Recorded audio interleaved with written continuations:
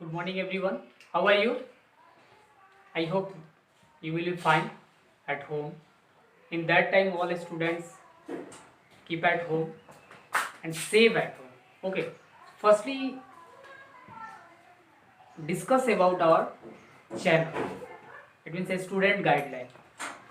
All students see my video and see all chapter and confirm what about you read. That's a back day. Before one day, I also give you homework. So how many students write, and some students share my WhatsApp contact number. WhatsApp पे कुछ बच्चों ने question share किए थे बना के, और कुछ बच्चों का कंप्लेन था कि सर ये हमको समझ में नहीं आया था, और कुछ बच्चे बोल रहे थे कि सर बहुत अच्छा है. ठीक है, तो पहले हम होमवर्क पे बात करते हैं. आपको कुछ ऐसे भी स्टूडेंट्स हैं जिनका कमेंट ही नहीं आता है, तो वैसे उनको वीडियो देख रहे हैं, अच्छी बात है, देख रहे हैं, लेकिन आप होमवर्क भी करें तो और अच्छी बात है.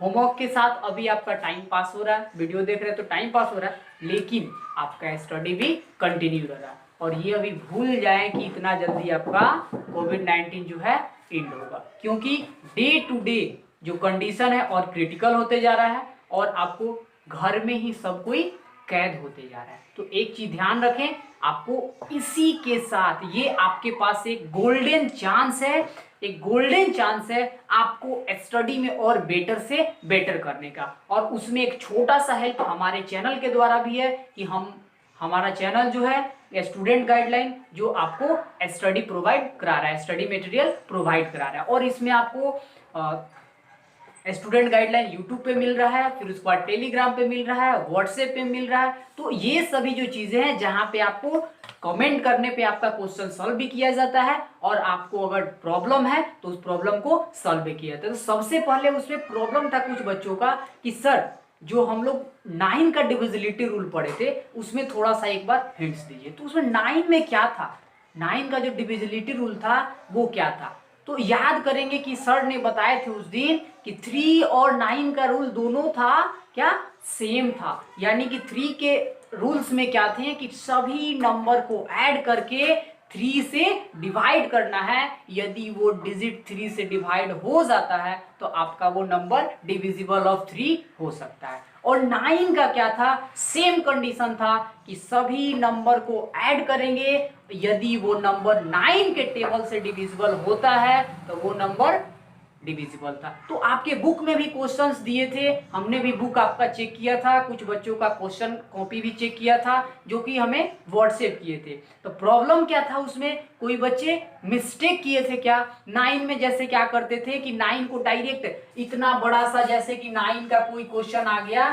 तो ऐसे ऐसे इतना बड़ा बड़ा लिख के और उसको सॉल्व किए थे ऐसे ऐसे. तो आपको बताए थे कि आपको टाइम सेव करना है, न कि इतना टाइम एक्सपेंड करना है. ठीक है ना. तो इसके लिए क्या था आपको बताए थे, ये सबको आप क्या करेंगे, पहले प्लस करेंगे 9 में, और अगर इसको प्लस किए, अगर वो 9 के डिविजिबल होगा तो आपका आंसर क्या हो जाएगा, 9 का डिविजिबल हो जाएगा. इसको देखते हैं.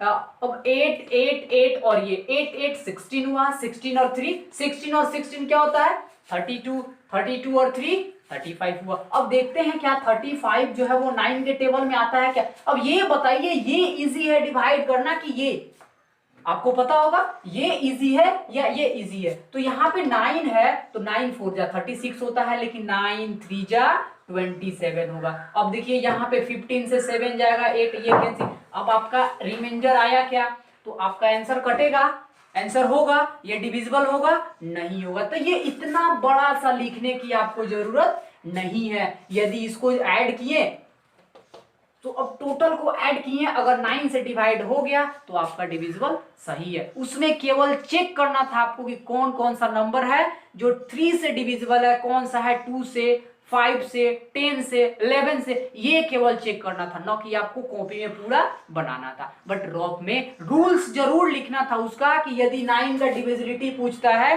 Firstly we have add the all digit of the number, then we which number get that's divisible of divide in 9. If that number is divisible by 9, that write your answer divisibility of 9. यदि आपका number divide हो सक जाता है तो आपको 9 का divisibility rule है, वो 9 का डिविजिबल है, यदि नहीं हुआ तो वो नहीं है। ये बात रहा। एक और बच्चों का कमेंट आया था कि सर 11th का जो डिविजिबिलिटी रूल था उसमें थोड़ा सा कॉन्सेप्ट क्लियर नहीं हुआ था। उन बच्चों को तो हम व्हाट्सएप पे आपको सेटिस्फाइड कर दिए थे, लेकिन कंडीशन कहीं और बाकी बच्चों के साथ हो, इसलिए हम उसको बता रहे हैं कि क्या दिक्कत क्या है कि अल्टरनेट बताया गया था, ऑड या इवन प्लस अल्टरनेट नंबर को बताया गया था। यानी अल्टरनेट नंबर को ऐड करना है, पहले 1 डिजिट को ऐड किए, फिर थर्ड को, फिर फिफ्थ को, फिर सेवेंथ को, ये ऑड इवन भी था, कोई को प्रॉब्लम था, लेकिन अल्टरनेट नंबर को ऐड करेंगे।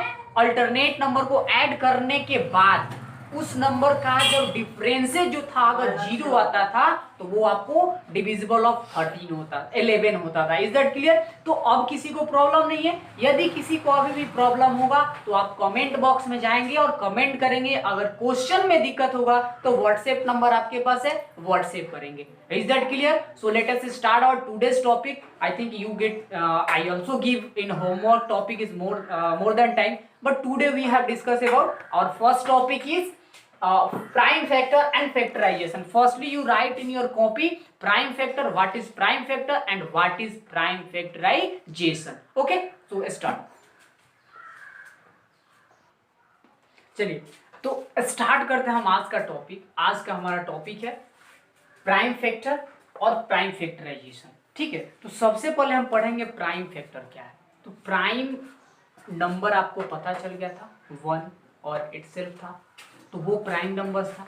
तो प्राइम नंबर से रिलेटेड, प्राइम से रिलेटेड आपको प्राइम फैक्टर मिलेगा। तो प्राइम फैक्टर में क्या है, a factor of a given number is called a prime factor is if this factor is a prime number. यदि कोई नंबर दिया हुआ हो फैक्टर के रूप में और वो एक प्राइम नंबर है, जैसे 2 और 3 है, वो क्या है, प्राइम नंबर है। तो यदि वो प्राइम नंबर है तो उसको बोलेंगे प्राइम फैक्टर। जैसे कि मान लीजिए 12 है, तो 12 का अगर प्राइम फैक्टर निकालना है तो 2 और 3 उसी का फैक्टर है, प्राइम फैक्टर है। ठीक है, प्राइम फैक्टर का मतलब सबसे पहले प्राइम हो, उसके बाद उसका फैक्टर बनाना है, यानी उसको मल्टीपल जैसे हो वो करते हैं, तो वो होगा आपको प्राइम फैक्टर में। इसके बाद जो हम पढ़ेंगे प्राइम फैक्टराइजेशन। और प्राइम फैक्टराइजेशन क्या होता है, प्राइम फैक्टराइजेशन को हम 2 तरीके से बताते हैं। ठीक है ना, प्राइम फैक्टराइजेशन को 2 तरीके से पढ़ेंगे।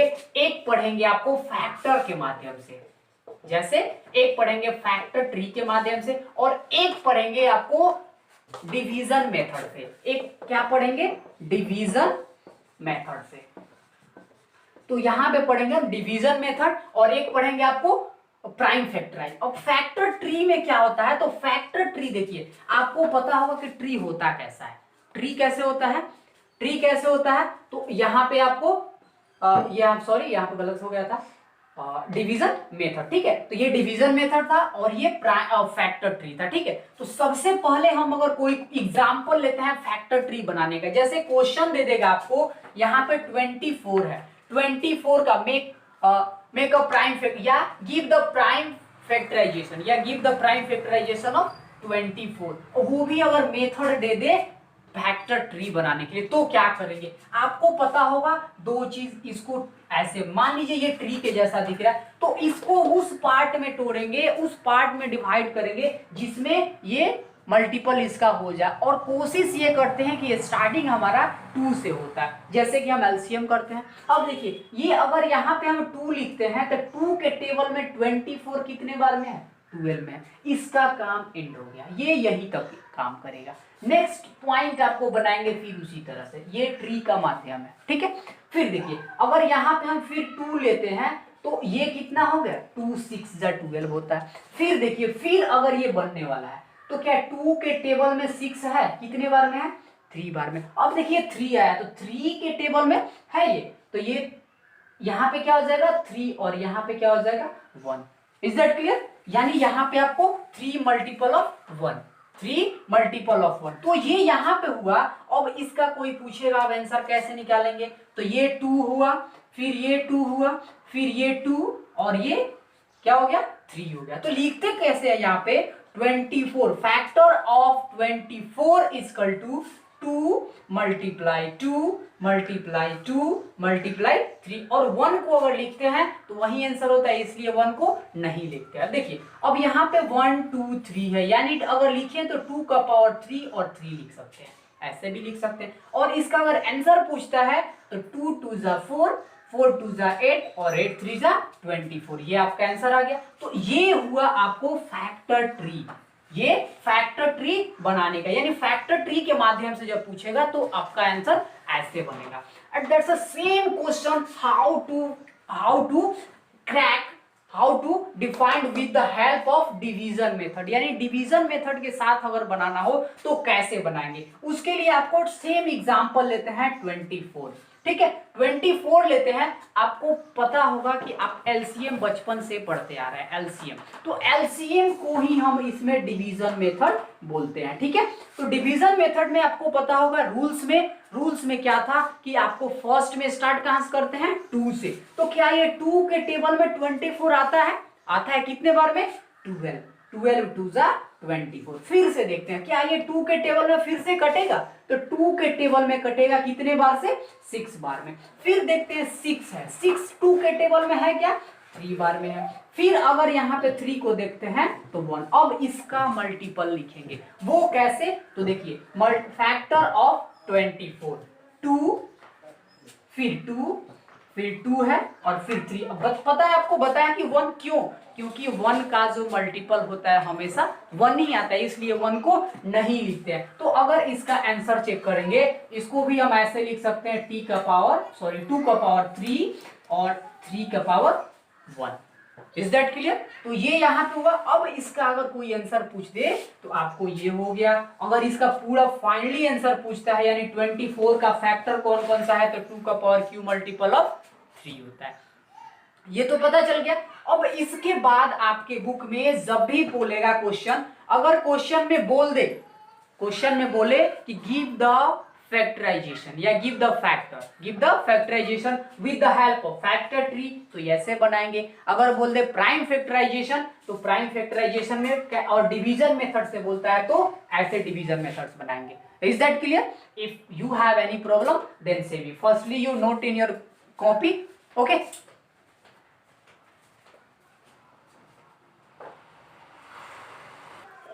ठीक है। अब जैसे ये आपको फैक्टर ट्री हो गया, अब एग्जाम में अगर आता है कि give the prime factorization with factor tree, तो फैक्टर ट्री ऐसे बना देंगे। अगर कोई क्वेश्चन दे दे कि विथ डिवीजन मेथड, तो ये हो जाएगा। ठीक है ना। तो ठीक है, तो आज के लिए बस इतना ही।